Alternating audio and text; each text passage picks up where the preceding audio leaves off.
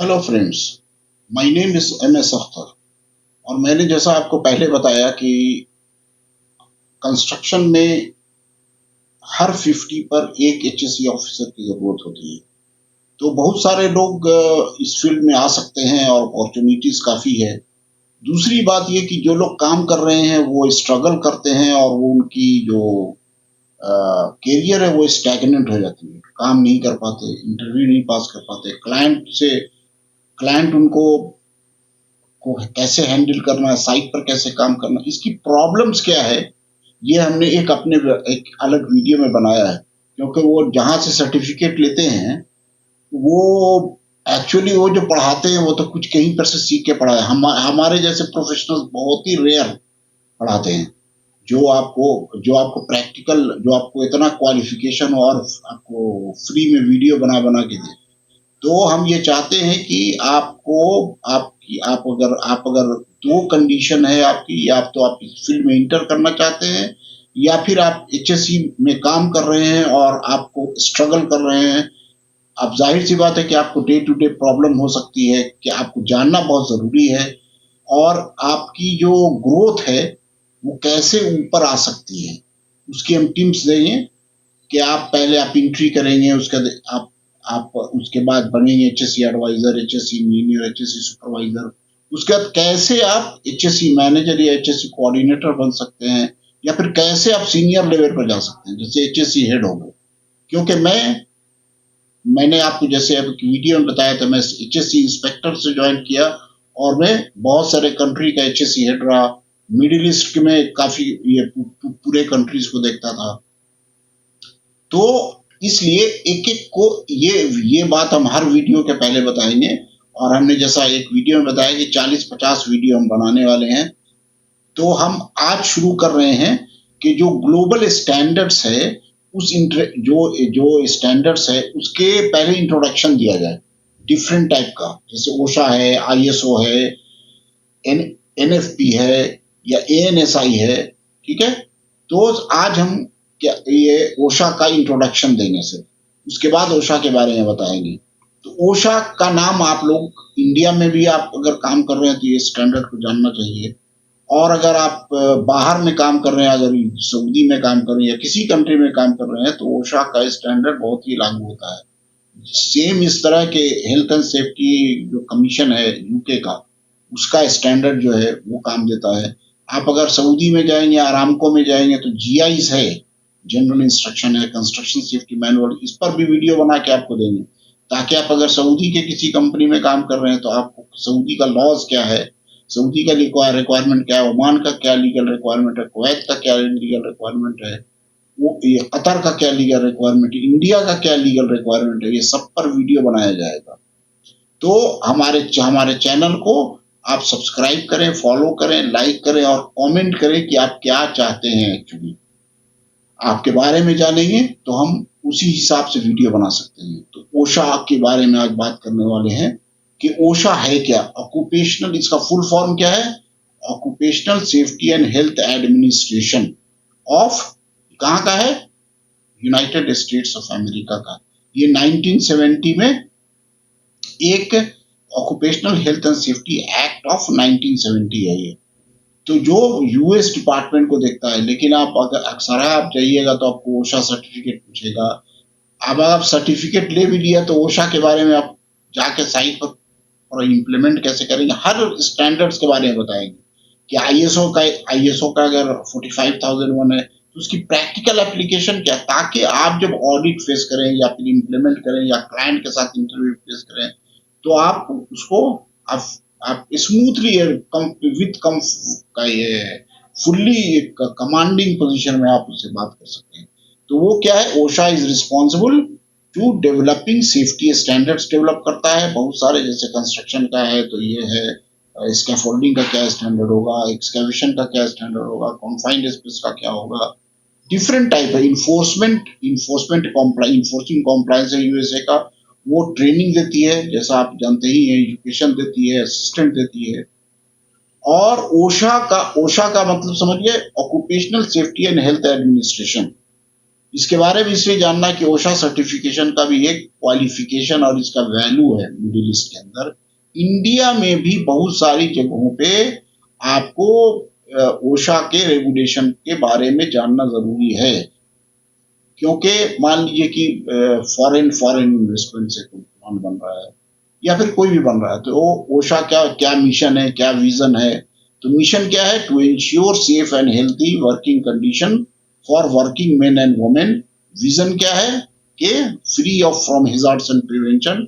उसका मेथड क्या है? स्टैंडर्ड्स एंड रेगुलेशन बनाता है, बहुत सारे स्टैंडर्ड्स एंड रेगुलेशन के बारे में बताएंगे। अभी आप इसमें आपको सिर्फ ये देखेंगे, उसके बाद आपको आईएलओ के बारे में भी बताएंगे। तो ट्रेनिंग देता है दूसरे लोगों को, ये मदद भी करता है। तो 1970 में ये ओशा एज एन एक्ट आया। इसके पहले जो थी, आप कंडीशन जैसे देख रहे हैं कि 1400 प्लस लोग मर जाते थे जॉब के ऊपर, फैटेलिटी होती थी। वर्क प्लेस फैटेलिटीज जो है इसके बनने के बाद 60% ड्रॉप हो गई। आप समझ लीजिए कि जब स्टैंडर्ड्स आया, जब स्टैंडर्ड अप्लाई किया, तो हेजार्ड को हम लोग ने जैसे बताया था कि हेजार्ड के रिस्क लेवल को जब रिड्यूस किया तो फैटेलिटी कम होगी, इंजुरीज जो 40% रिड्यूस हो गई, प्रोडक्टिविटी बढ़ गई। जैसा आपने एक वीडियो में आपने बताया है, आप लोग रेगुलर हमारा वीडियो देखिएगा तो आपको लिंक मिलेगा कि हम क्या बोल रहे हैं, क्या हो रहा है एक्चुअली से, ये क्या है, क्या ऑक्यूपेशनल। बिकॉज बहुत सारे लोगों को तो पता ही नहीं कि अच्छा ये ऑक्यूपेशनल हेल्थ एंड सेफ्टी क्या चीज होती है। तो ये जो है, इसके बहुत सारे जो स्टैंडर्ड्स एंड रेगुलेशन जो बनाता है, इसके बारे में आपको जानना इसके पर आप बहुत जरूरी है। ओशा इन्फोर्सेस इस जो 29 सीएफआर है, कोड ऑफ फेडरल रेगुलेशन बोलते हैं इसको, सीएफआर को, उसके बारे में आपको एक सर्टिफिकेट भी मिलती है कंस्ट्रक्शन, जो पार्ट 1904 जो है वो injury and illness record keeping कैसे करते हैं, क्या रिक्वायरमेंट है, कौन सी इंजरी रिकॉर्ड करते हैं, इसका अलग वीडियो बनाएंगे। क्योंकि ये आपको जानना बहुत जरूरी है कि कौन सा in the course of employment, out of the course of employment क्या होता है, ये मतलब क्या हुआ इसका। तो पार्ट 1910 में जनरल इंडस्ट्री के बारे में है। 1926 जो कंस्ट्रक्शन की सर्टिफिकेट ओशा की मिलती है, वो 1926 ये आपको जानना होगा तभी आप ले सकते हैं। 19152 जो है मैरी टाइम के है, उससे आपको, अगर आप उस फील्ड में है तो आपको जानना चाहिए। उस स्टैंडर्ड डिफाइन करता है कि पीपीई का क्या होगा, मेडिसिन इलेक्ट्रिकल वर्क क्या होगा, फॉल प्रोटेक्शन, इस पर हम स्पेशल बनाएंगे वीडियो। एक series of working at height, fall protection, hazard communicate कैसे करेंगे। तो जनरल ड्यूटी क्लॉजेस है उसके अंदर कि सेक्शन 5A जो है OSHA act, each every employer, हर एम्प्लॉय को furnish to each of his employees employment and a place of employment which are free from recognised hazard. ये बात आप समझ लीजिए, अगर नहीं करता है कोई तो वो उसको उस पर पेनाल्टी होती है। ये पूरे हर जगह पे है, ये इंडिया में भी है, पूरे वर्ल्ड में भी है कि आपको एम्प्लॉयर की रिस्पॉन्सिबिलिटी है। किसी को ला रहे हैं तो आप पहले हैजार्ड आइडेंटिफाई कीजिए, उसको कंट्रोल कीजिए, उसको बताइए क्या करना है। अगर आप नहीं करते हैं तो आपको पेनल्टी होती है एम्प्लॉयर को। तो आप जब एज ए एचएससी ऑफिसर, आपकी रिस्पॉन्सिबिलिटी है कि आप जाने की हैजार्ड आइडेंटिफिकेशन कैसे करते हैं, हैजार्ड्स के बारे में जानिए, आगे से स्टैंडर्ड्स जानना होगा, है ना। तो स्टैंडर्ड्स जानने के लिए आपको रेगुलर हमारा वीडियो वॉच कर कीजिएगा, तो आपको आहिस्ता आहिस्ता आहिस्ता कुछ दिनों में सब चीज समझ में आ जाएगी, इसका क्या लॉ क्या है, उसकी प्रैक्टिकल एप्लीकेशन क्या है। क्योंकि हम लोग ये सब 40 साल से यही कर रहे हैं। Ensure all hazards are addressed even if not explicitly listed. समझ रहे हैं? अगर नहीं भी है तो उसको आपने आइडेंटिटी, अगर ट्रिवियल रिस्क बोलते हैं, छोटा कम रिस्क भी है तो उसको आप हैजार्ड करते हैं कि नहीं। जो इंस्पेक्शन प्रोसेस क्या है, अगर ओशा इंस्पेक्शन करती है कि अगर कोई चीज इमिनेंट डेंजर है, यही सेम चीज आपको मिलेगी यूके के हेल्थ एंड सेफ्टी कमीशन, जो HSC बोलते हैं उसको, उसके भी स्टैंडर्ड्स के बारे में बताएंगे। यूके का स्टैंडर्ड जो है बहुत ज्यादा ओमान में फॉलो होता है। ऐसे भी आपको, आप कहीं पर भी रिफर कर सकते हैं उसके, कि आप इसके स्टैंडर्ड्स जान करके आप जब बात करते हैं क्लाइंट से तो आपको कैसे बात करना है। बड़ी इंटरेस्टिंग बात आपको बताते हैं कि अगर कोई क्लाइंट कुछ भी बोलता है, आप देखेंगे आप अक्सर कि एचएससी मैनेजर बोल रहा है, बैठा हुआ है और उधर से क्लाइंट बम्बार्डिंग कर रहा है, हाँ ये सर वो रिपोर्ट बना के दे दिया और आप जाके उसको क्लोज कर रहे हैं। अरे कौन बेट किस किस बेस पर आपने बोला ये। मैं आपको एक छोटी सी अगर आपको 1 मिनट के अंदर स्टोरी सुनाते हैं। मैं जब सऊदी में एक प्लांट में काम कर रहा था, तो एक सऊदी अरामको का आया और बोला कि ये हर हर 20 मीटर्स पे एक हमको टावर चाहिए, ये पाइप पाइप रैक पे। हमने बोला क्यों चाहिए? नहीं नहीं नहीं, it is required. Hmm, it is not required, where it is written? It is in the Aramco GIs, it is written 40 meters and you are asking 20 meters. Who will pay for this? तो आपको, आप जब जानिएगा तभी बोल सकते हैं ना। तो आप जब ये कीजिएगा, क्योंकि आपको कॉन्ट्रैक्टर ने अपॉइंट किया है कॉन्ट्रेक्चुअल रिक्वायरमेंट को फुलफिल करने के लिए, और आपको कॉन्ट्रेक्चुअल रिक्वायरमेंट ही नहीं पता है, वर्ल्ड ग्लोबल स्टैंडर्ड ही नहीं पता है, क्लाइंट का स्टैंडर्ड ही नहीं पता है, तो आप करेंगे क्या? तो आपको ये जानना जरूरी है। तो आपको ओपनिंग कॉन्फ्रेंस, ये जब साइट पर जब ये लोग ओशा के लोग जाते हैं, तो ये प्रोसेस जो बताया, वॉक अराउंड, आपको किसी कंस्ट्रक्शन साइट पे जाइए तो वॉक अराउंड होगा, उसके बाद आपको क्लोज आउट कैसे करते हैं, ठीक है। तो ये ओशा का प्रिंसिपल जानना चाहिए, क्योंकि आपको सर्टिफिकेशन लेना पड़ सकता है, क्योंकि ये क्वालिफिकेशन भी है। तो वर्कर्स राइट क्या क्या है, तो ये जो दीजिए कि हर जगह आरामको जाइए, कहीं भी जाइए आप, तो या इंडिया में जाइए, यही आपको वर्कर्स के राइट पूरे, ये क्योंकि ये आईएलओ का है, आईएलओ के बारे में बताएंगे क्या चीज है ये, और क्या उसका कन्वेंशंस क्या है, उसके रिकमेंडेशंस क्या है, कोड ऑफ प्रैक्टिस क्या है, occupational health and safety management system ILO ने क्या बना के दिया, क्योंकि हर आदमी जो रेटिफाई करता है उसको वो, तो request OSHA inspection, participate in OSHA inspection, ये सब ओशा के बारे में जानना चाहिए कि ओशा के बारे में क्या क्या कंटेंट क्या है ओशा में। इसीलिए ओशा का पहले हम इंट्रोडक्शन दे रहे हैं। तो एम्प्लॉयर्स रिस्पॉन्सिबिलिटी है अंडर ओशा, क्योंकि बहुत सारे जो चीजों में ओशा को कॉम्प्लाई करना पड़ता है। Provide a safe work place, comply with OSHA standard, है ना, display OSHA posters, it is the law, report fatality within 8 hours and serious injuries within 24 hours। ये बात आप ध्यान में रख लीजिए। एज पर ओशा स्टैंडर्ड क्या है, 8 आवर्स के अंदर फैटेलिटी रिपोर्ट करनी है, और तमाम सीरियस इंजुरीज को 24 आवर्स के अंदर रिपोर्ट करना होता है ओशा को। यही हर कंट्री के अंदर ज्यादातर सही है। क्लाइंट के साथ भी ये सही है। आपको किसी भी क्लाइंट के साथ काम कर रहे हैं तो उसको कैसे कर रहे हैं, मेंटेन, रिकॉर्ड मेंटेन करना है, 300, तो ये सब फॉर्मेट्स है। Provide required PPE and training. So the impact of OSHA ये हुआ कि since 1970 work place death reduce from 14,000 to under 5,000 year in USA. इतना इंप्रूवमेंट हुआ, सोच लीजिए। Injury rates have fallen despite increase workforce. बहुत ज्यादा वर्कफोर्स हो गया लेकिन इंजुरी रेट घट गया। तो ए स्ट्रॉन्ग लीगल फ्रेमवर्क है जो प्रोवाइड करता है डिटरेंट फॉर अनसेफ प्रैक्टिसेस। यही आप हर जगह है, ये आपको जानना है। इसलिए है कि आप जाइएगा तो देखेंगे, अरे ये तो सिर्फ ओशा में भी था, तो पूछेगा कि ये रेगुलेशन कहाँ से आया, ओशा में क्या क्या इम्पैक्ट क्या क्या हुआ ओशा का।